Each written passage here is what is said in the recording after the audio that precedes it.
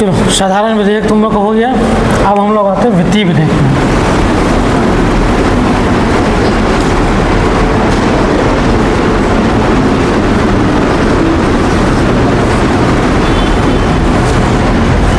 ठीक है, वित्तीय विधेयक का मतलब होता है वित्त से रिलेटेड, है ना, मतलब जो फाइनेंस से रिलेटेड जो भी बिल है,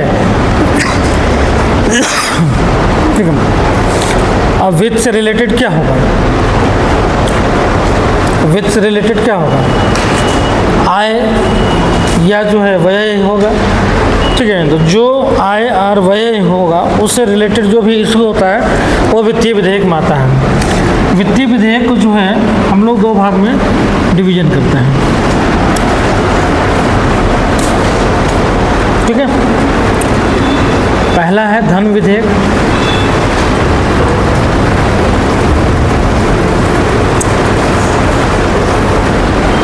धन विधेयक, ठीक है। दूसरा है वित्त विधेयक।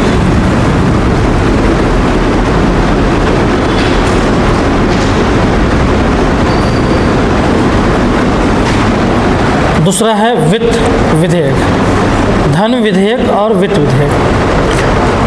धन विधेयक और वित्त विधेयक, वित्त विधेयक जो है दो श्रेणी में बटा हुआ होता है। वित्त विधेयक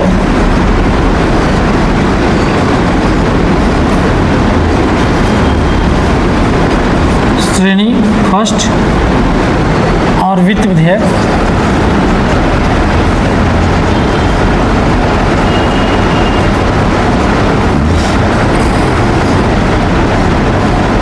श्रेणी सेकंड।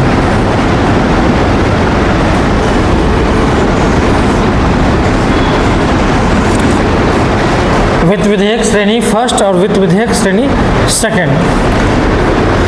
तो वित्त विधेयक हम लोग बाद में आएंगे, पहले भी धन विधेयक में आते हैं। धन विधेयक में जो है आर्टिकल 109, आर्टिकल 109 में जो है 109 में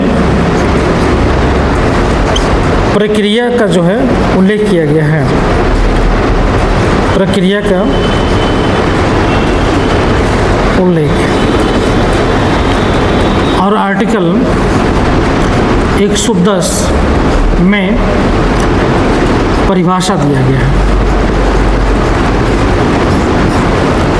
परिभाषा दिया गया है, ठीक है, कि जो है जो आपका जो है धन विधेयक है उसका परिभाषा क्या है, और वित्त विधेयक है धन विधेयक उसका परिभाषा क्या है और उसका प्रक्रिया क्या है धन विधेयक को पास करने का। क्लियर? अब देखो, धन विधेयक और वित्त विधेयक दोनों को समझने के लिए दोनों को अलग अलग समझना होगा, नहीं तो समझ में नहीं आएगा कि धन विधेयक क्या है, वित्त विधेयक क्या है। पूरा बुक पढ़ लो, है ना, सर पटक लो, लेकिन समझ में नहीं आना है कि धन विधेयक और वित्त विधेयक दोनों तो एक ही जैसा होता है, तो दोनों में अंतर क्या हो गया भाई? दोनों में एक ही चीज़ होता है, ठीक है, एक ही चीज़ है, बस थोड़ा डिफरेंस होता है, खासकर धन विधेयक में और वित्त विधेयक की प्रथम श्रेणी में। समझ में आया? और वित्त विधेयक का जो है अगर हम लोग प्रक्रिया देखेंगे, सिंपल सी बात है कि धन विधेयक जो है सिर्फ और सिर्फ लोकसभा में ही लाया जा सकता है। धन विधेयक जो है सिर्फ और सिर्फ कहाँ लाया जा सकता है? लोकसभा में।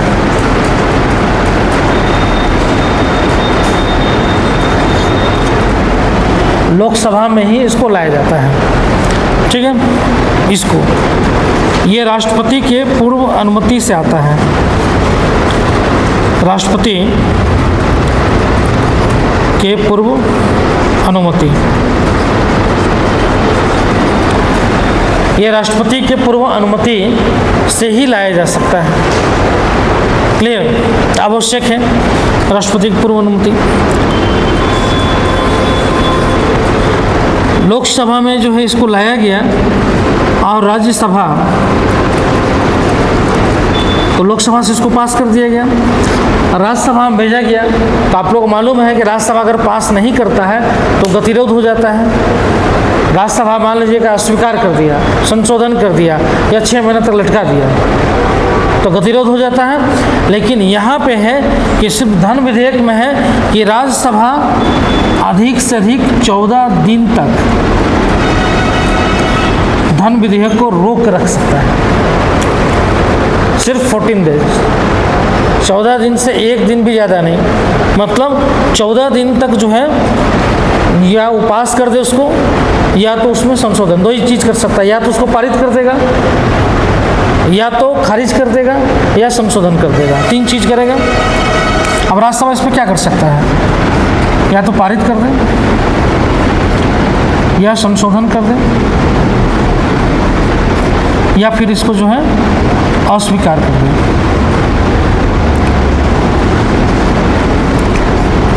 अस्वीकार कर दे, यही करेगा। अब ये तीनों में पारित कर देगा तो कोई दिक्कत नहीं है। अगर संशोधन करता है तो संशोधन को मानना या ना मानना इसके ऊपर निर्भर करता है, लोकसभा के ऊपर। अगर इसने संशोधन कर दिया और ये नहीं, इसको नहीं माना, हमने पहले ही बोला था कि जो है, हम लोग पहले ही बोले थे कि जो है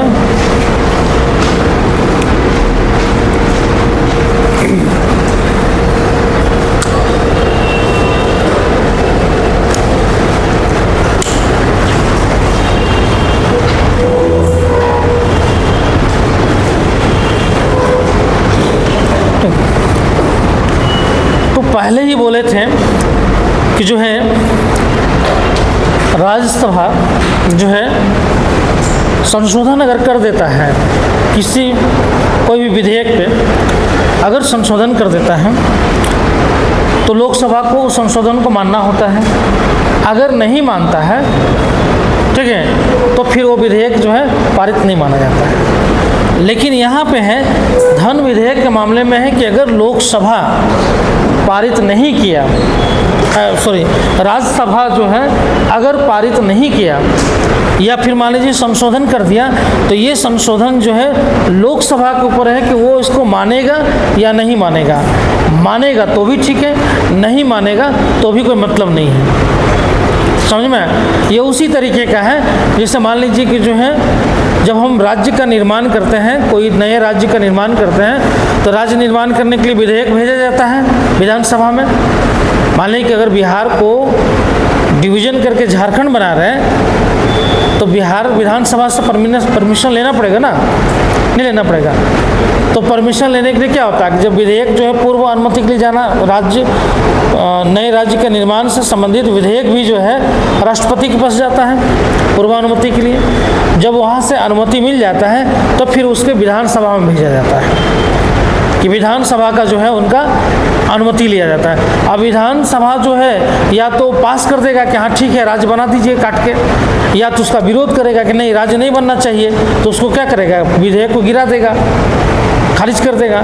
लेकिन उसका कोई मतलब नहीं होता है। अगर वो मना कर देता है, खारिज कर देता है कि नहीं बनना चाहिए राज्य, तो भी जो है केंद्र सरकार जो है दोनों सदन अगर पास कर भेज देगा तो भी राज्य बन जाएगा।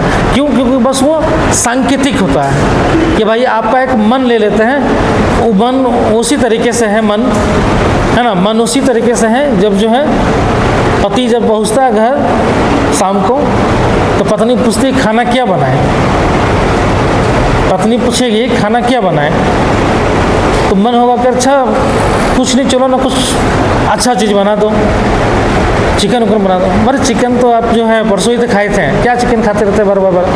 अच्छा मछली बना दो, अरे मछली अच्छा नहीं लगता है ना। तो बोलेगा अच्छा चलो अंडा ही बना दो, बोलेगा अंडा क्या खाना है गर्मी में, है ना।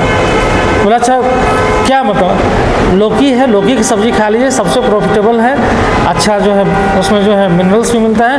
पहले ही से सोच के रखा हुआ है कि लौकी ही बनाना है, लेकिन बस आपका मन लेने के लिए पूछ लिया जाता है कि मतलब खाना क्या बनाए। उसका कोई वैल्यू नहीं होता है ना। आप बोलिए ये बनना है, उसको काट दिया जाएगा, वो बोलेंगे ये बनना है, काट दिया जाएगा, बनेगा वही जो मन होता है। तो लोकसभा और जो राज्यसभा है उसका भी स्थिति वही है।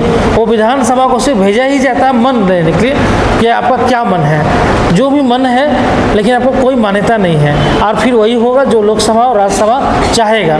उसी तरीके से यहाँ पे भी है, राज्यसभा में भेजा जाता धन विधेयक सिर्फ मन लेने के लिए। राज्यसभा जो है उस पर क्या प्रतिक्रिया करेगा उसका कोई महत्व ही नहीं होता है, समझ में। अगर ये संशोधन करेगा ये मानेगा ही नहीं, ये बोलेगा कि भाई बना दो भिंडी की सब्जी, बोलेगा नहीं लौकी बनेगा, तो क्या फायदा। अब बनेगा लौकी, क्यों? क्योंकि इसको प्रेफरेंस है, बनाने वाला ही है। तो भाई इसका कोई मतलब नहीं संशोधन करने वाला, भाई बना लो तुमको जो बनाना है। या तो फिर अस्वीकार कर देंगे कि नहीं खाना खाएंगे, जाओ। अरे गुस्सा हो गए कि नहीं खाना खाएंगे, तो नहीं खाना मत खाइए, बना के खा लिया, है ना। बोला कि रात तक देखा 8 बजे तक खाना है तो आइए, नहीं आए तो अपना खा लिया। समझ में आया? नहीं समझ में आया? मतलब इंतज़ार किया 14 दिन तक, 14 दिन तक इंतज़ार किया। अगर पास करना है बिल तो कर दो, नहीं पास करोगे तो ऑटोमेटिक बिल पास हो जाता है, समझ में। मान लिया जाता है खाना आपने खा लिया होगा, ये खा लिया। तो धन विधेयक में जो है ये जो है बोलते हैं इसको विशेष अधिकार लोकसभा को दिया गया है कि लोकसभा ही जो है क्या कर सकता है कि धन विधेयक को जो है पारित करता है। लोकसभा में ही सिर्फ जो है वो लाया जाएगा, राज्यसभा में नहीं जाएगा, लोकसभा में लाया जाएगा। लोकसभा जो है उसको पारित कर देगा, उसी स्वरूप में जो है वो पारित होगा। राज्यसभा उसमें संशोधन कर दे या राज्यसभा उसको रोक ले या अस्वीकार कर दे, उसका कोई मतलब नहीं होता है। राज्यसभा अगर 14 दिन तक जो है उस विधेयक को पारित नहीं करता है तो ऑटोमेटिक वो विधेयक पारित हो जाता है, उसका कोई मतलब ही नहीं होता है। तो 14 दिन तक राज्यसभा को जो है इंजॉय करने के लिए दे दिया जाता है विधेयक को कि भाई आप इंजॉय करो कि आपके पास धन विधेयक है, बाकी जो है कोई मतलब उसका होता नहीं है, ठीक है। लोकसभा का ही इसमें मतलब होता है, मतलब लोकसभा ही इसको पारित कर दिया तो पारित हो गया। ये जो है आपका धन विधेयक में क्या है, इसका जो है प्रॉफिट है कि गवर्नमेंट जो केंद्र सरकार जिसके पास होता है वो अधिकतर बिल को धन विधेयक के माध्यम से ही पास कराना चाहती है, ठीक है। अब आते हैं वित्त विधेयक। वित्त विधेयक को 2 भागों में बांटा जाता है। एक वित्त विधेयक जो होता है वो धन विधेयक के स्वरूप में ही होता है, मतलब जस्ट लाइक धन विधेयक ही होता है लेकिन थोड़ा सा चेंज होता है उसमें। प्रथम श्रेणी में इसको भी जो है इसको भी सिर्फ लोकसभा में लाया जा सकता है। इसको भी अगर लाना है प्रथम श्रेणी का तो इसको भी लोकसभा में ही लाया जा सकता है, राज्यसभा में नहीं, समझ में। और इसको भी जो है राष्ट्रपति के पूर्व अनुमति से चाहिए, राष्ट्रपति की अनुमति चाहिए लाने से पहले, तो राष्ट्रपति की अनुमति मिलेगा, फिर इसको लोकसभा में हम लेके आएंगे, ठीक है। तो लोकसभा में ही इसका क्या है प्रथम श्रेणी में ये लोकसभा में ही आएगा और राष्ट्रपति की अनुमति आवश्यक है इसमें। लेकिन थोड़ा सा चेंजिंग है, बोलेगा सर आप धन विधेयक है और वित्त विधेयक दोनों में एक ही है तो क्या फ़ायदा, लेकिन थोड़ा सा चेंजिंग है क्योंकि यहाँ पे क्या है कि लोकसभा पास करेगा, यहाँ भी लोकसभा पास करेगा। लोकसभा यहाँ धन विधेयक को भी पास कर रहा है और वित्त विधेयक को क्यों लाया गया तो लोकसभा ही पास करेगा, लेकिन यहाँ राज्यसभा को 14 दिन के भीतर में क्या करना है, लौटा देना है। अगर नहीं पास किया तो ऑटोमेटिक पास कर देना है, लेकिन यहाँ पे राज्यसभा को भी पास करना जरूरी है, समझ में। यहाँ पे राज्यसभा नहीं पास करेगा कोई मतलब नहीं है, लेकिन यहाँ पे राज्यसभा को पास करना पड़ेगा। दोनों में डिफरेंस ये है, यहाँ पे राज्यसभा को थोड़ा महत्व मिल जाता है, राज्यसभा को यहाँ पावर मिल गया, यहाँ पे पावर सीज है ना, लेकिन यहाँ पे पावर राज्यसभा को मिल गया। क्लियर, दोनों में डिफरेंस ये है, लेकिन ये आएगा लोकसभा में ही और राष्ट्रपति के अनुमति से ही आएगा, लेकिन यहाँ पे राज्यसभा को पावर मिलता है कि वहाँ से भी आपको पारित कराना होगा, ठीक है। ये प्रथम श्रेणी का हो गया। सेकंड श्रेणी जो है जिसका आर्टिकल जो है 117 में जो है उल्लेख किया गया है, आर्टिकल 117 में ये द्वितीय श्रेणी क्या है। अब इसमें जो है क्या है, ये साधारण विधेयक की तरह हो गया। इसको कहीं भी लाया जा सकता है, लोकसभा में भी लाया जा सकता है और राज्यसभा में भी लाया जा सकता है। ठीक है, इसके लिए राष्ट्रपति की पूर्व अनुमति की आवश्यकता नहीं है। ठीक है, इसमें जो है राज्यसभा अगर संशोधन करता है तो लोकसभा को संशोधन को मानना पड़ेगा, पारित करना पड़ेगा, नहीं करेगा तो बिल पारित नहीं होगा। और इसमें राज्यसभा और लोकसभा दोनों को पारित करना होगा। ये दोनों जो है, इसमें जो है पूरा जो पावर है वो दोनों सदन को है। यहाँ पे थोड़ा पावर है, यहाँ पे पूर्ण पावर राज्यसभा को है, यहाँ पे एकदम नगण्य है। समझ में आया?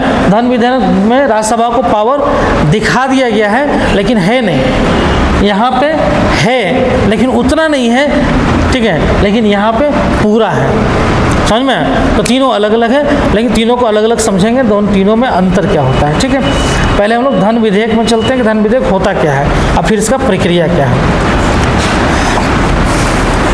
समझ में आया?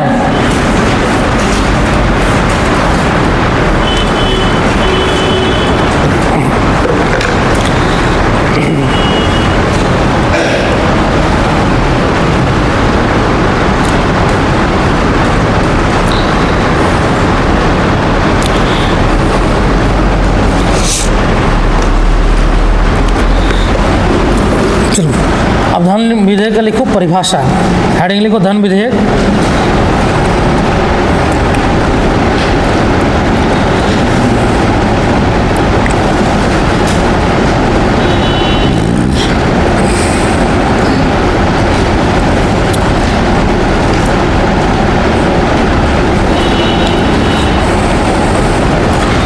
उसकी परिभाषा देखो, अनुच्छेद आर्टिकल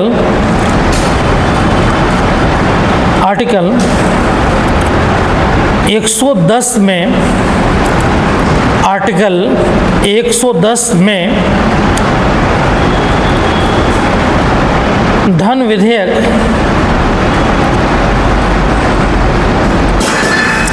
से संबंधित, धन विधेयक से संबंधित परिभाषाएं दी गई हैं।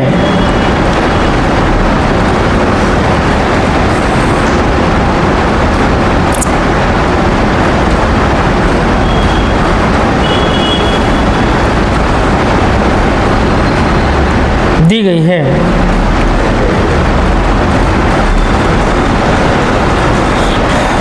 ठीक है, पहला पॉइंट,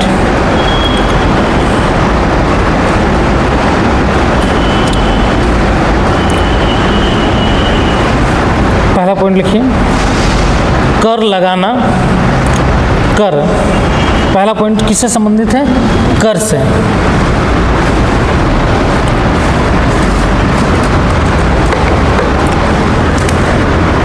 पहला पॉइंट है कर या टैक्स। ठीक है, पहला पॉइंट है टैक्स। तो टैक्स में क्या है? इसमें बोला गया है कि जो है टैक्स, कोई भी कर जो है लगाना या उन्मूलन करना या उसमें कोई संशोधन करना। ठीक है, तो कर क्या हो सकता है? नया कर जो है लगाना, नया कर लगाना। ठीक है, नया कर लगाना। ठीक है, या जो है उसमें परिवर्तन करना,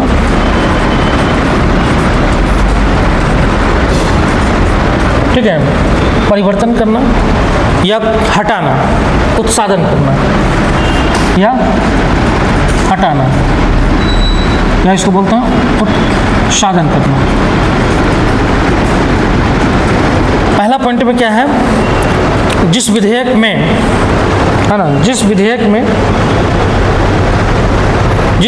में नए कर का लगाने का प्रोविज़न हो, नए कर को लगाने का प्रोविज़न हो या किसी कर में संशोधन करने का प्रोविज़न हो या किसी कर को हटाने का प्रोविज़न हो, तो उसको क्या है?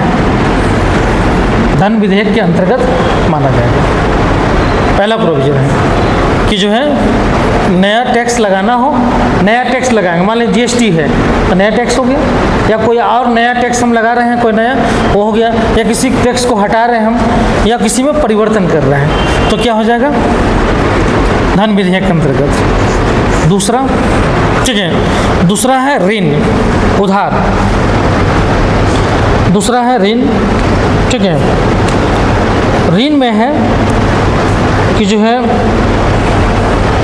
सरकार द्वारा धन उधार लेने का विनियमन, मतलब उधार, उधार में है सरकार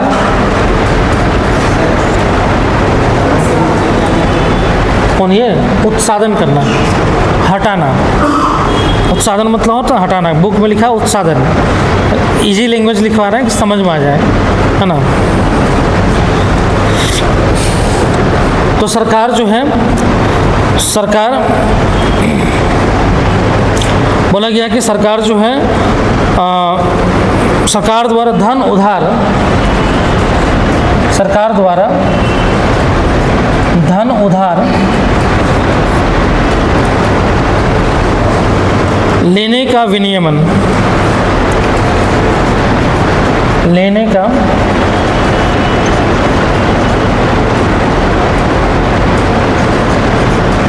विनियमन। इसमें बोला गया कि सरकार द्वारा जो है, सरकार द्वारा जो है धन लेने का विनियमन करना। विनियमन मतलब होता है कि जो है उसको एक्सचेंज टाइप का जो है, पता है ना, कि एक्सचेंज टाइप का उसको जो है चेंज करना। अब मान लीजिए सरकार जो है इसमें क्या की कि कोई भी धन उधार लेने के लिए जो है, उधार लेने के नियमों में जो है कोई परिवर्तन कर दिया है।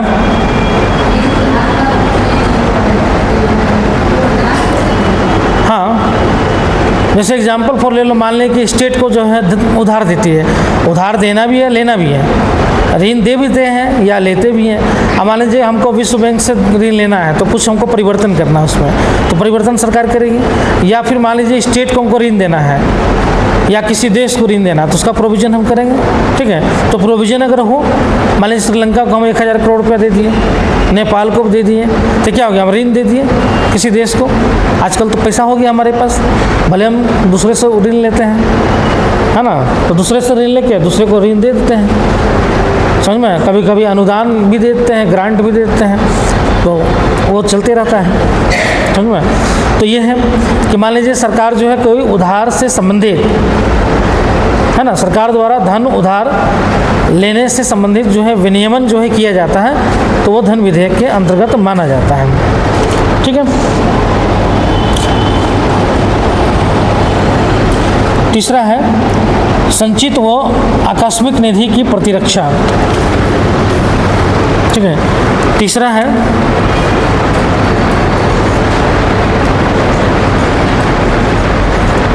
संचित निधि, संचित निधि एवं आकस्मिक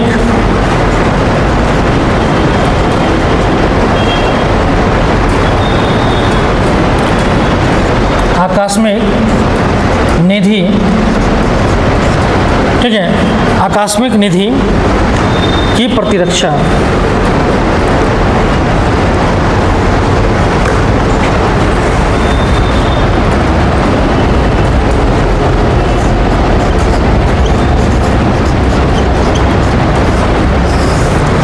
आकस्मिक निधि की प्रतिरक्षा, प्रतिरक्षा मतलब होता है प्रोटेक्शन, है ना। मतलब सरकार जो है संचित निधि एवं आकस्मिक निधि की प्रतिरक्षा से संबंधित कोई प्रोविज़न करती है, मतलब उसको प्रोटेक्शन करने से संबंधित जो है कोई प्रोविज़न करे तो वो धन विधेयक के अंतर्गत माना जाता है। जैसे एग्जाम्पल हो सकता है, जैसे मान लीजिए कि अभी आकस्मिक निधि से जो है सरकार जो है राष्ट्रपति के अनुमति से निकाल लेते हैं पैसा, बाद में संसद उसको करते हैं। हो सकता है प्रोविज़न कर दिया जाए कि राष्ट्रपति की अनुमति से पैसा नहीं निकाला जाएगा, उसके लिए जो है पार्लियामेंट का जो है परमिशन आवश्यक है। दूसरा कोई प्रतिरक्षा करने का जो है, प्रोटेक्शन करने का जो है बना दिया जाए कि भाई आप आकस्मिक निधि से जो है आप इतना ही पैसा निकाल सकते हैं, ठीक है। तो कोई भी ऐसा कोई प्रोविज़न कर दिया जाए, ठीक है। क्या बोले? कोई भी इमरजेंसी के लिए हो या संचित निधि से संबंधित कोई हो, कोई प्रोटेक्शन के लिए हो, जो है कोई अगर संबंधित कोई विषय लेके आती है सरकार तो भी माना जाता है। ठीक है। नेक्स्ट है संचित निधि से धन का विनियोग।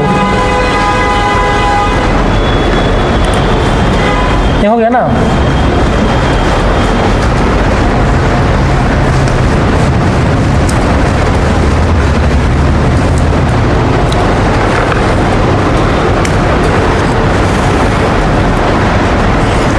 संचित निधि से धन का विनियोग, है ना। संचित निधि से धन का विनियोग, विनियोग समझते हैं ना, पैसा निकालना। विनियोग जो है संचित निधि से पैसा एक ही आधार पर निकाला जाता है। संचित निधि समझते हैं? संचित निधि क्या होता है?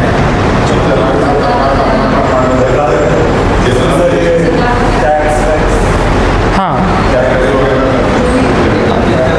सरकार के पास जो है जो अकाउंट होता है, जैसे हम लोग पास अकाउंट है ना, उसी तरह सरकार के पास भी जो है अकाउंट है या पैसा रखने का जो है फंड है। ठीक है। दो तरीके के अकाउंट सरकार के पास होता है, समझ में? दो तरीके का, एक संचित निधि, दूसरा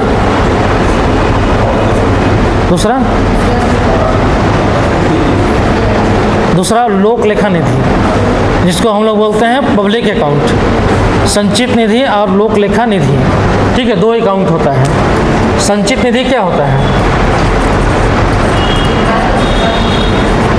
ये ओरिजिनल जो है अकाउंट है आरबीआई, यही है ओरिजिनल अकाउंट, यही है। मतलब इसमें जो है टैक्स का पैसा, टैक्स में जो है डायरेक्ट, इनडायरेक्ट, डायरेक्ट और इनडायरेक्ट जो भी टैक्स का पैसा आता है कहाँ जाता है?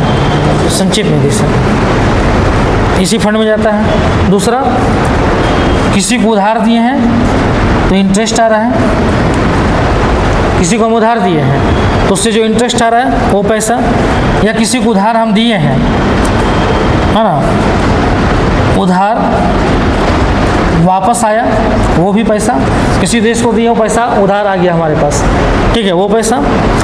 या जो है कहीं से उधार मिला, कहीं से उधार मिला, मान लीजिए किसी देश से हम विश्व बैंक से उधार लिए या कहीं और से उधार लिए, है ना, IMF से उधार लिए, तो उधार लिए वो पैसा भी, समझ में आया? मतलब टैक्स का पैसा, टैक्स में जो है डायरेक्ट इनडायरेक्ट दोनों आ जाएगा, ठीक है। इंटरेस्ट अगर कहीं हम उधार दिए हैं उसका जो इंटरेस्ट आ रहा है वो भी आएगा संचित निधि में। अगर किसी को उधार दिए थे वो वापस कर दिया है वो पैसा भी आएगा इसमें, और कहीं से उधार हम लिए हैं वो भी पैसा कहाँ आएगा? संचित निधि में। सबसे बड़ा जो है पैसे का जो है स्रोत सरकार का संचित निधि है, ठीक है, सबसे बड़ा स्रोत होता है संचित निधि। और यहीं से जो है पैसा जो है निकालती है सरकार, क्योंकि यहाँ से सरकार संचित निधि से 1 रुपया भी नहीं निकाल सकती है बिना जो है किसके परमिशन से? संसद के परमिशन से, पार्लियामेंट के परमिशन के बिना 1 रुपया सरकार नहीं निकाल सकती है, ठीक है। दूसरा जो होता है अकाउंट सरकार के पास वो होता है पब्लिक अकाउंट, लोक लेखा अकाउंट, ठीक है, लोक लेखा निधि।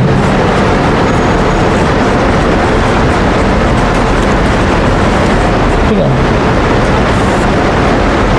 लोक लेखा निधि, इसमें कौन पैसा होता है? लोक लेखा निधि में बस एक चीज़ समझिए कि लोक लेखा निधि में क्या है कि जो है लोक लेखा निधि में बस एक चीज़ समझिए कि इसमें जो है इससे पैसा निकालने के लिए सरकार को कहीं से परमिशन की आवश्यकता नहीं होता है, ये सरकार अपने से पैसा खर्च कर सकती है, समझ में आया? मतलब एक ये हो गया। अभी इसमें पैसा कौन आता है? जो PF कटता है, जो भी प्रोविडेंट फंड का जो पैसा कटा, वो रहा लोक लेखा निधि में। सरकार क्या करती है, इस पैसा का यूज करती है लॉन्ग टर्म के लिए। पैसा आप पीएफ आप जमा कर रहे हैं, कट रहा है, जितना भी सरकारी अधिकारी, प्राइवेट कंपनी के जो भी अधिकारी, सबका पैसा लेती है सरकार, सबका पीएफ जो है सरकार के पास जाता है और सरकार उस पर इंटरेस्ट देती है। लेकिन वो पैसा कब आप निकालते हैं, जब आप रिटायर हो जाए, या बीच में निकाल सकते हैं इमरजेंसी में, लेकिन वो इंटरेस्ट नहीं मिलता। लेकिन आप रिटायर करते हैं तब पैसा जो है आपको पीएफ का प्रोविडेंट फंड का मिलता है, ठीक है। तो ये पैसा सरकार के पास होता है।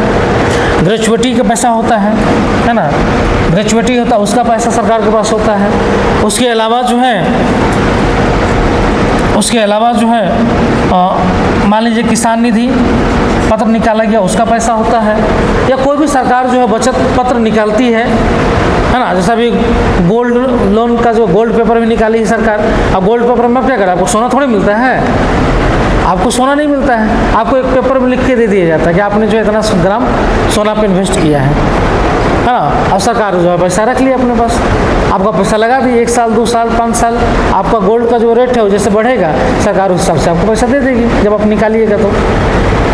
समझ में आया? तो सरकार जो है जो पैसा ये सब जो होता है पीएफ का, ग्रेचुइटी का, किसान निधि पत्र का या एलआईसी में जो जमा होता है सरकार का, अब चूँकि प्राइवेटाइजेशन हो गया तब दूसरी जगह जाएगा, लेकिन सरकार के पास तो उसके पास जो जमा हो रहा है ये सारा जो है पैसा वहाँ पे। इसके अलावा जो है जो पीएसयू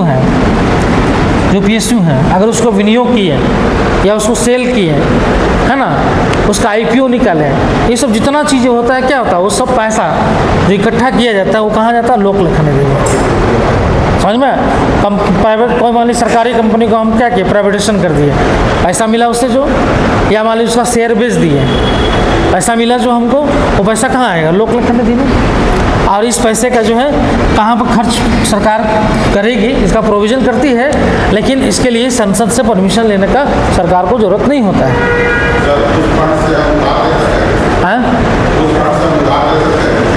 किसको? नहीं, उधार तो आपको इधर ही देना होगा, उससे आप डेवलपमेंट का काम करेंगे। नहीं तो उधार आप दे दीजिए किसे, आप ये हो सकता है कोई दूसरा कंपनी को जो है आपको जो है इन्वेस्ट कर सकते हैं पैसा, समझ में, इन्वेस्ट कर सकते हैं, हाँ इसी में आ जाएगा। हाँ वो भी तो कम समय के लिए होता है ना, शेयर भी होता है, बॉन्ड्स भी होता है, ये सब लोक लेखा निधि में आएगा, क्योंकि ये लौटाना होता है ना तो आपको तुरंत पैसा।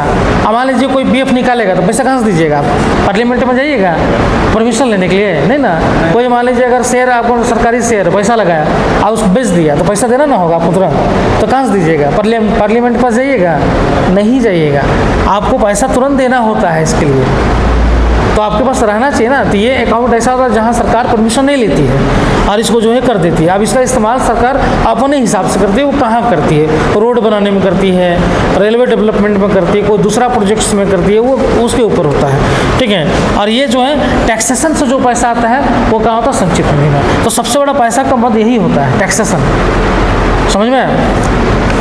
अब इस पैसे का जो है जो संचित निधि आपका है, इस संचित निधि से आप पैसा निकालते हैं, जो बजट प्रोविजन करते हैं। वो बजट क्या होता है, बजट में संचित निधि में 2 तरह का जो है खर्च होता है, एक भारित होता है। तो भारित क्या है, जिसको संचित निधि पे भारित कर दिया गया है, समझ में, जिसको संचित निधि पर भारित कर दिया गया मतलब उसका पैसा संचित निधि से ही जाएगा। जैसे राष्ट्रपति का सैलरी भत्ता, लोकसभा अध्यक्ष का, सुप्रीम कोर्ट का जजों का, ये क्या भारित है, इसके लिए परमिशन की जरूरत नहीं है, ये ऑटोमेटिक पैसा चला जाएगा संचित निधि से, तो भारित होता है, समझ में। और दूसरा हम निकालते हैं तो उसके लिए परमिशन की जरूरत होता है। तो पैसा निकालेगा कौन, जो भारित है उसमें तो निकालने की जरूरत नहीं है, राष्ट्रपति की सैलरी काहे रोकेंगे हम, तो ऑटोमेटिक वो चला गया। लेकिन जो भारित है उसमें कोई मतदान नहीं होता, लेकिन जो भारित नहीं है, जो पैसा हम निकालेंगे उसके लिए आपको क्या करना होगा, परमिशन लेना पड़ेगा, किससे, पार्लियामेंट से, संसद से, समझ में। आप परमिशन कैसे लेंगे, अब उसके लिए क्या होता है, एक ही आधार होता है, वो होता है विनियोग विधेयक। आपको जो है संचित निधि से पैसा 1 रुपया निकालना हो, 500 करोड़ निकालना हो, या 5,000 करोड़ निकालना हो, या 5 लाख करोड़ निकालना हो, आपको उसके लिए विनियोग विधेयक लाना पड़ेगा। विनियोग विधेयक के माध्यम से ही आपको जो है पैसा निकाला जाता है, और विनियोग विधेयक को आपको पारित कराना होगा संसद में। तो संसद में विनियोग विधेयक में पारित क्या करवाते हैं कि पहले हम क्या करते हैं, बजट लाते हैं। तो बजट में हम क्या करते हैं कि हम खर्च जितना होता है, जो आगामी वर्ष का खर्च होता है, या जो इनकम आने वाला होता है, आया नहीं है, आने वाला है, समझा। फरवरी में बजट पास कर रहे हैं, मार्च में कर रहे हैं, लेकिन अप्रैल से आने वाला। तो हम खर्च तो निर्धारित करते हैं कि हम ट्रेन डेवलप करेंगे, हम रेल लाइन डेवलप करेंगे, या हम जो है वंदे भारत बनाएंगे, या रोड्स बनाएंगे, पोर्ट्स बनाएंगे, जितना चीज़ करेंगे उसका खर्च तो हम आकलन कर लिए, एस्टिमेट कॉस्ट कितना खर्च आएगा पोर्ट्स में, वो प्रोविजन कर दिए। तो हर मंत्रालय का अपना खर्च होता है, जितना भी मंत्रालय है हर मंत्रालय का खर्च अपना है। मान लीजिए 24 मंत्रालय खर्च, और हर मंत्रालय में मान लीजिए 4 विभाग 5 विभाग है, 4-5 विभाग है, तो 5 विभाग का अलग अलग प्रोविज़न है खर्च, समझ में। तो हर विभाग का एक तो वहाँ काम करने वाले जितने स्टाफ हैं, ऑफिस का जो खर्च है वो तो खर्च है ही, वो आपका सालाना खर्च रहेगा। उसके अलावा वो विभाग या मंत्रालय कोई प्रोजेक्ट कर रहा है नया, वो नया कोई जो है अपना जो है प्रोजेक्ट चला रहा है, उसके लिए पैसा चाहिए। मान रेलवे है तो जो खर्च पहले से है उसका वो तो खर्च है ही, लेकिन मान लीजिए वंदे भारत 50 चलाएगा 1 साल में, तो 50 बनाने का पैसा चाहिए, चलाने के लिए पैसा चाहिए, उसमें ड्राइवर को नियुक्ति के लिए सैलरी चाहिए, तो वो खर्च जोड़ेंगे, समझ में। कहीं रोड हमको बनाना है 5,000 किलोमीटर, तो 5,000 किलोमीटर का प्रोविज़न करेंगे। तो ये सब क्या होता है, तो हर मंत्रालय अपना अपना खर्च देता है, और यही खर्च क्या होता है, अनुदान के मांग के रूप में पास किया जाता है, समझ में। तो ये खर्च क्या होता है, अनुदान की मांग हम क्या करते हैं, पास करते हैं। अनुदान की मांग जब पास हो जाता है तो फिर क्या करते हैं, सारे अनुदान के मांगों को हम विनियोग विधेयक में डाल देते हैं, और विनियोग विधेयक से पास कर देते हैं। वही सारे मंत्रालय का खर्च क्या होता है, हम विनियोग विधेयक से 1 साल के लिए पैसा निकाल लेते हैं। बजट है, कहने मतलब ये बजट ही पास करवाते हैं हम, तो बजट ही तो पास हुआ, अनुदान की मांग क्या है, बजट ही पास करना हुआ, समझ में जी। ठीक है, तो ये हो गया को प्रतिरक्षा। संचित निधि से धन का विनियोग, हाँ विनियोग मतलब निकालना, समझ में आ गया विनियोग।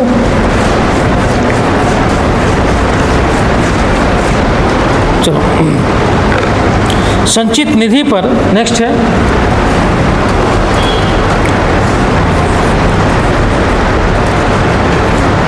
संचित निधि पर, ठीक है। संचित निधि पर किसी व्यय को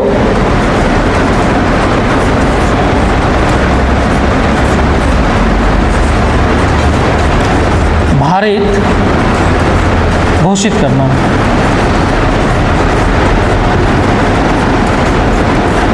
संचित निधि पर किसी व्यय को भारित घोषित करना, ठीक है। मतलब भारित घोषित करना, मान लीजिए पहले से जो है जो भारित है, मान लीजिए कि राष्ट्रपति का सैलरी संचित निधि पर भारित है, उपराष्ट्रपति का सैलरी भारित है, लोकसभा का अध्यक्ष का सैलरी भारित है। अब हो सकता कोई नया खर्च को भारित करना है, जब नया खर्च को हमको भारित करना है तो हम प्रोविज़न करेंगे। तो मान लीजिए कोई तब प्रोविज़न है कि संचित निधि पर किसी व्यय को जो है खर्च को आप भारित घोषित करना चाहते हैं या प्रोविज़न कर रहे हैं, ठीक है। अब मान लीजिए बोलेंगे कि भाई प्रधानमंत्री को भाई काहे हम देंगे दूसरे धन से पैसा, अब इनका भी जो है जो प्रधानमंत्री हैं इनका भी जो है जो भी खर्च है इसको भी संचित निधि पर भारित कर देंगे, प्रोविज़न कर सकते हैं। लेट लतीफ़ हो जाता है, पैसा जब तक फंड नहीं आएगा तब तक मिलेगा नहीं, समझ में। फंड नहीं आएगा तो पैसा मिलेगा नहीं, तो फंड का इंतज़ार कीजिएगा तब ना। तो फंड का इंतज़ार कहाँ से होगा, जब वहाँ ऊपर से इशू होगा। और डायरेक्ट सैलरी किसको मिल जाता है, जिसको फंड का इंतज़ार नहीं करना था, बल्कि जहाँ पे खजाना वहीं से उसको डायरेक्ट चला जाता है। तो मतलब जितने भी, जैसे मान लीजिए यहाँ पे IAS अफसर हैं, IPS अफसर हैं, जितने हैं इन सब का क्या होता है, राज्य के संचित निधि पर भारित होता है, ऑटोमेटिक पैसा आ जाता है, इनका पैसा कभी नहीं रुकता है। अगर डेट है 1 तारीख को या 30 तारीख को, 1 तारीख को अकाउंट में झट से ट्रांसफ़र हो जाएगा, समझ में। एक दिन भी विलम्ब नहीं होगा, उसको मालूम है पैसा वहाँ जाना ही है। जितना ट्रेजरी से जितना टैक्सेशन होता है वो सारा जाकर वहाँ पहुँच जाता है। तो भले आपका जो निकालने का पैसा सरकार का बजटीय प्रावधान हो सकता कम हो जाए, लेकिन भारित व्यय तो हो रहेगा ही और वो पैसा जाएगा ही, उसको आप रोक ही नहीं सकते हैं। समझ में? तो मान लीजिए प्रधानमंत्री का जो है सैलरी घोषित करना हो संचित निधि पे, अगर उसका प्रोविज़न है तो ठीक है। उसके बाद है संचित निधि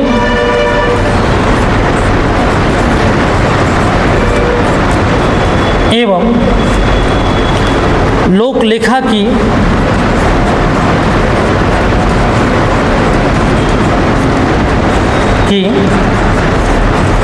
अभिरक्षा। लोक लेखा की अभिरक्षा मतलब प्रोटेक्शन। लोक लेखा निधि का भी कोई प्रोटेक्शन टाइप का हो, है ना, संचित निधि से संबंधित हो या लोक लेखा निधि, ठीक है, की अभिरक्षा करने से संबंधित कोई प्रावधान हो, ठीक है, क्लियर। ये अगर प्रोविज़न जितना हम बताए हैं, है ना, मतलब नया टैक्स लगाना, नया टैक्स को हटाना, नया टैक्स लगाना या टैक्स को हटाना या टैक्स में संशोधन करना, अगर ये प्रोविज़न है, या मान लीजिए उधार लेने से संबंधित कोई चेंजिंग करना हो, ये प्रोविज़न है, या फिर मान लीजिए विनियोग विधेयक संचित निधि से संबंधित कोई जो है प्रोटेक्शन से संबंधित कोई विधेयक हो, या कोई नया जो है खर्च को जो है भारित करना हो संचित निधि पर, या जो है आकस्मिक निधि का अभिरक्षा करना हो, या फिर जो है लोक लेखा निधि और जो है संचित निधि का अभिरक्षा करना हो, प्रोटेक्शन करना हो, इससे संबंधित सभी या कोई भी एक प्रोविज़न है तो उसको धन विधेयक माना जा सकता है। ठीक है, इन जो जितना पॉइंट हम बताए हैं उनमें से एक भी अगर होगा तो वो धन विधेयक हो जाएगा, यह सभी भी होगा तो भी धन विधेयक होगा। हम बता रहे हैं कि अगर कोई एक भी अगर प्रोविज़न है तो भी धन विधेयक माना जा सकता है उसको। समझ में? अगर कोई एक भी प्रोविज़न है, ऐसे कर सकते हैं, उपयुक्त में से सभी या कोई भी प्रावधान है तो उसे धन विधेयक की श्रेणी में रखा जाता है।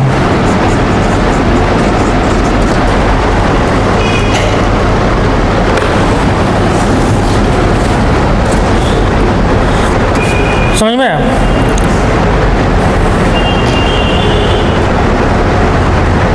अब जो भी उपयुक्त से संबंधित कोई भी प्रावधान है, सभी प्रावधान है या कोई भी प्रावधान है तो उसको धन विधेयक की श्रेणी में रखा जा सकता है। क्लियर?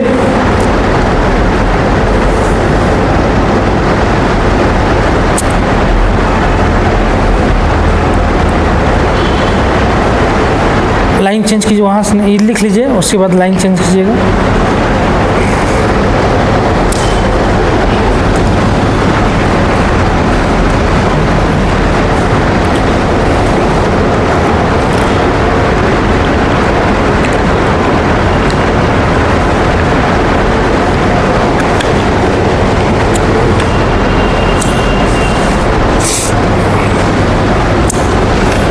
लिख लिए? हो गया? नीचे से लाइन चेंज करके लिखो। यदि किसी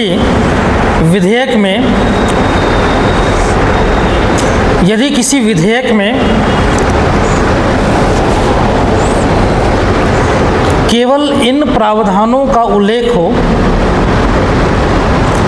केवल इन प्रावधानों का उल्लेख हो तथा इसमें इन प्रावधानों का उल्लेख हो तथा इसमें अन्य किसी बात का उल्लेख नहीं हो तो, तथा इसमें अन्य किसी बात का उल्लेख नहीं हो तो उसे धन विधेयक कहते हैं। उसे धन विधेयक कहते हैं।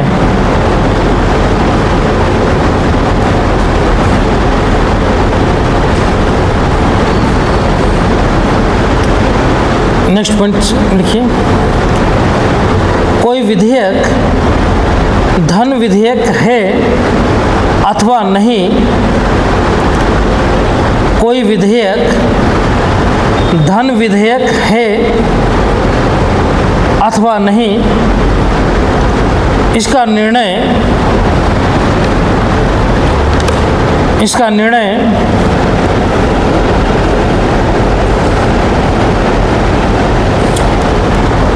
केवल लोकसभा अध्यक्ष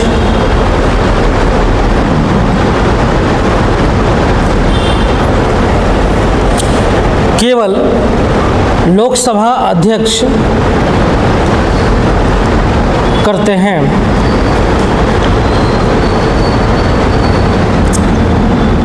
लोकसभा अध्यक्ष करते हैं, ठीक है। अब ये प्रोविज़न है, इनमें से सब प्रोविज़न हो या कोई एक प्रोविज़न हो। अगर सभी प्रोविज़न हो या एक भी प्रोविज़न है और इसको लोकसभा अध्यक्ष अगर प्रमाणित कर देते हैं, मुहर लगा देते हैं, तब फिर जो है ये क्या होता है कि जो है धन विधेयक कहलाता है और लोकसभा अध्यक्ष का निर्णय अंतिम होता है। समझ में? लोकसभा अध्यक्ष का निर्णय क्या होगा? अंतिम हो जाएगा। अगर वो एक बार मुहर लगा दिए तो ये धन विधेयक के रूप में ही किया जाएगा। कोई एक भी प्रोविज़न होना चाहिए। समझ में? तो एक प्रोविज़न जो है अगर है, मान लीजिए एक प्रोविज़न तो हमेशा होगा, संचित निधि से धन निकालना या संचित निधि से विनियोग करना तो हमेशा होगा। हर साल तो पैसा निकालना ही है संचित निधि से, बजटीय प्रोविज़न तो करना ही है। तो हम बजटीय प्रोविज़न हम क्यों नहीं धन विधेयक में करके निकल जाए? संचित निधि पे जो है भारी जो है क्या बोलते हैं पैसा निकालने के लिए हमको प्रोविज़न करना ही है, तो एक भी प्रोविज़न है तो धन विधेयक हो जाएगा। समझ में? या फिर जो है कोई टैक्सेशन में चेंज करना हो तो इसी में प्रोविज़न करेंगे हम, टैक्स में चेंज करने का। क्लियर? तो ये जो है धन विधेयक के रूप में जो है प्रमाणित हो गया तो हो गया, पास हो गया। अब वो लोकसभा अध्यक्ष के ऊपर में होता है। अब लोकसभा अध्यक्ष जब उसको प्रमाणित कर देते हैं कि ये धन विधेयक है, मुहर लगा दिए, उसके बाद फिर वो कहाँ चला जाता है? राष्ट्रपति के पास चला जाता है। तो राष्ट्रपति जो है उसको अनुमति दे देते हैं। समझ में? राष्ट्रपति अनुमति दे देते हैं और राष्ट्रपति जब अनुमति दे देंगे तब फिर वो कहाँ आएगा? लोकसभा में। तो अनुमति देने के बाद लोकसभा में आएगा और लोकसभा में जो है जैसे वो प्रक्रिया होता है वो प्रक्रिया चलेगा और फिर वहाँ से पारित कर दिया जाएगा। जब पारित हो जाएगा तो फिर वो जाएगा राज्यसभा में। राज्यसभा को 14 दिन के अंदर में निर्णय करना होता है। 14 दिन के अंदर में निर्णय राज्यसभा ने कर लिया तो ठीक है, नहीं किया तो पास हो जाएगा, ऑटोमेटिक पास हो जाएगा। क्लियर? यही धन विधेयक का जो है कोई पावर नहीं, बस ऐसी सांकेतिक पावर है। कहने के लिए शेर है लेकिन दांत नहीं है आपके पास। समझ में? तो यही जो है इसका प्रोविजन। क्लियर? तो ये जो है आपका जो है धन विधेयक क्या है। अब धन विधेयक का जो है, जब धन विधेयक को लेकर जो है जब लोकसभा में जब भेजा जाता है तो लोकसभा में जो है कभी कभी क्या होता है कि एक समय में अभी कुछ दिन पहले जो है शायद 17वीं लोकसभा में धन विधेयक के माध्यम से पास कर दिया गया था। धन विधेयक प्रमाणित किया गया, प्रोविज़न एक था और उसी में जो है याद होगा आप लोगों का आधार कार्ड का जो है अनिवार्यता जो है बनाया गया था, है ना। तो उसमें आधार कार्ड का अनिवार्यता जो है कर दिया गया कि आधार कार्ड जो है जो भी सरकारी फैसिलिटीज़ है या मतलब उसमें तो हर चीज़ पे कर दिया गया था कि आधार कार्ड जो है अनिवार्य हो जाएगा। समझ में? तो जब अनिवार्य कर दिया गया और इसको माना जाता है कि जो है धन विधेयक के माध्यम से पास करवा दिया गया, क्योंकि राज्यसभा का पावर नहीं था, राज्यसभा में जाता तो गिर जाता, पावर सरकार के पास नहीं थी, समर्थन लेना पड़ता, बहुमत नहीं था, तो धन विधेयक के माध्यम से पास करा दिया गया, क्योंकि राज्यसभा का मतलब ही नहीं था। समझ में? तो फिर क्या हुआ कि उसमें जो है लोग क्या किए कि सुप्रीम कोर्ट में लेके चले गए पेटिशन। सुप्रीम कोर्ट में पेटिशन गया और सुप्रीम कोर्ट में गया कि भाई राइट टू प्राइवेसी का उल्लंघन नहीं है। आधार कार्ड को आप अगर अनिवार्य कर देंगे हर चीज़ में, तो राइट टू प्राइवेसी का क्या है, उल्लंघन हो गया। क्योंकि भाई एक इंसान का पहचान क्या है, नाम उसका पहचान है, नहीं हो सकता है। आपका जो नाम है वैसा नाम उसको को नाम होगा।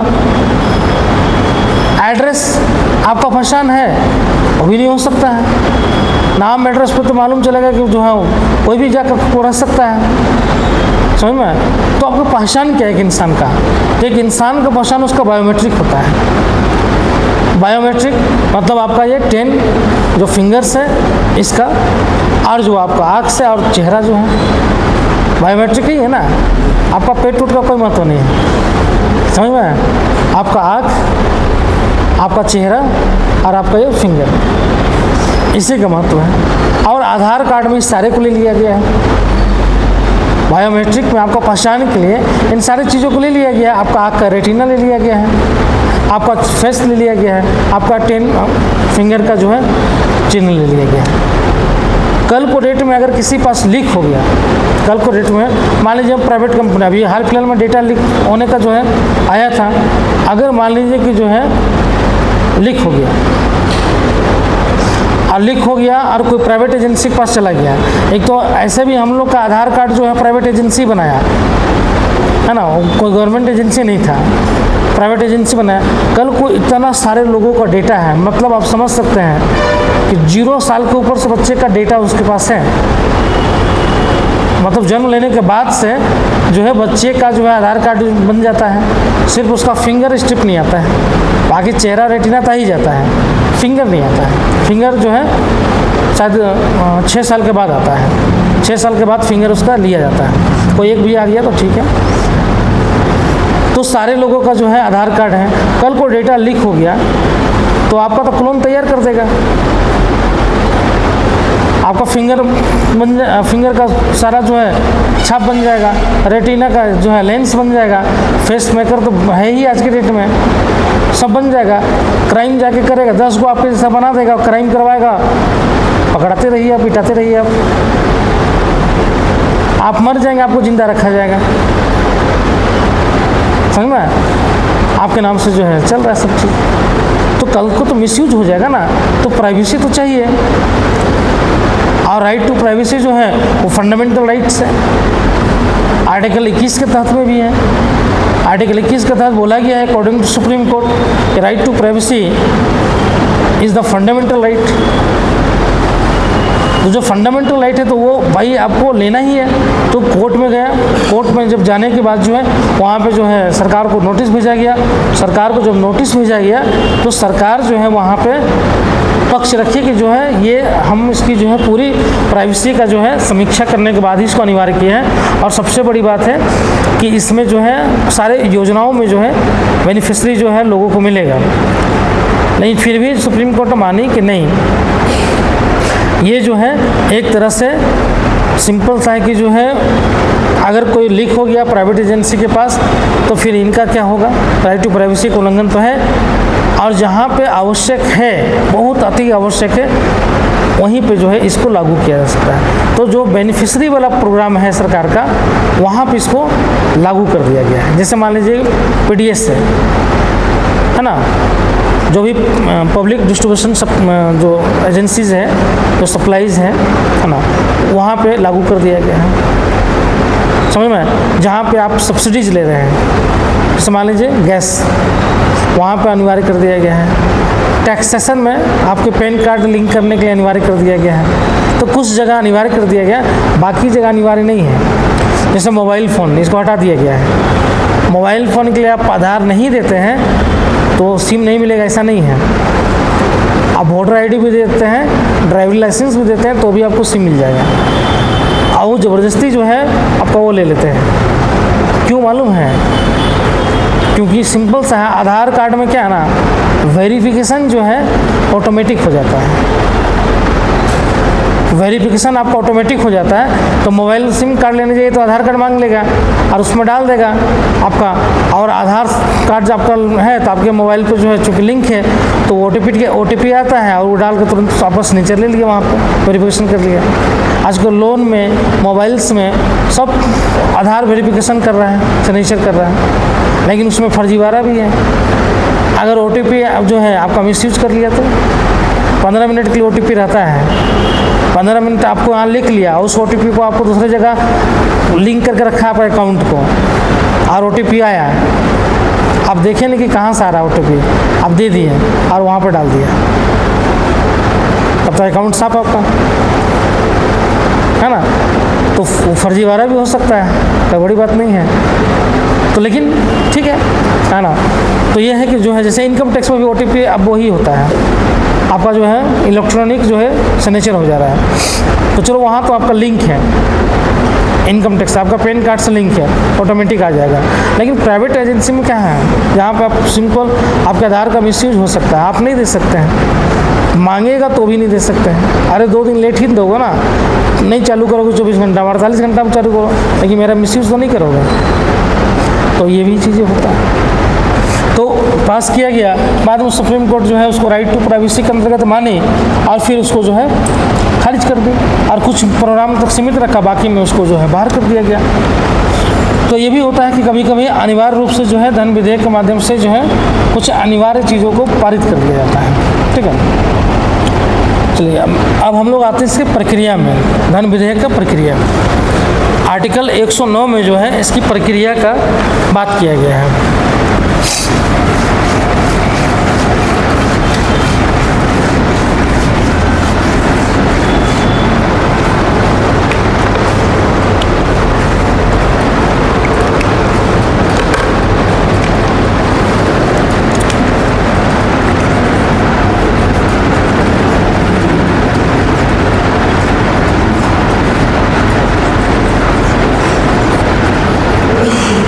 धन विधेयक की प्रक्रिया, आर्टिकल 109।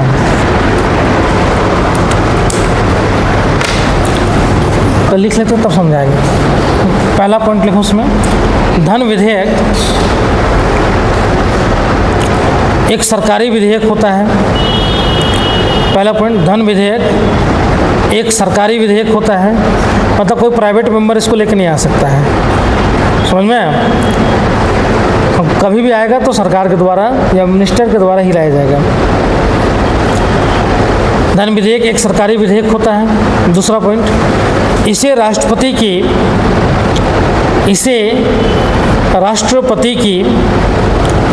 पूर्वानुमति, इसे राष्ट्रपति की पूर्वानुमति से पेश किया जाता है।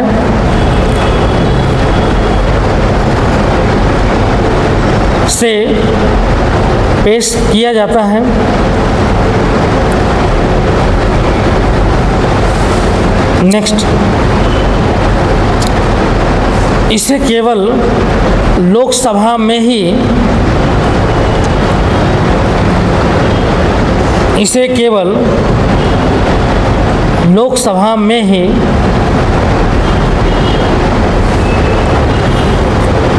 पेश किया जा सकता है। इसे केवल लोकसभा में ही पेश किया जा सकता है।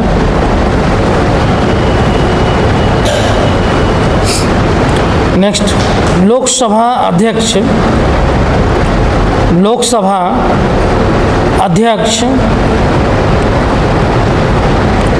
यह निर्धारित करते हैं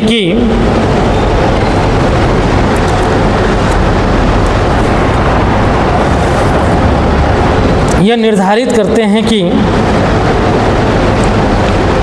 कोई विधेयक धन विधेयक है अथवा नहीं।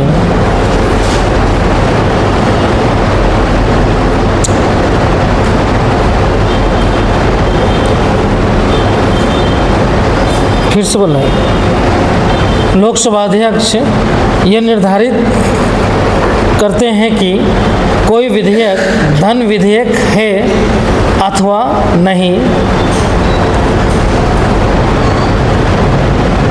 हो गया। नेक्स्ट, लोकसभा अध्यक्ष का निर्णय लोकसभा अध्यक्ष का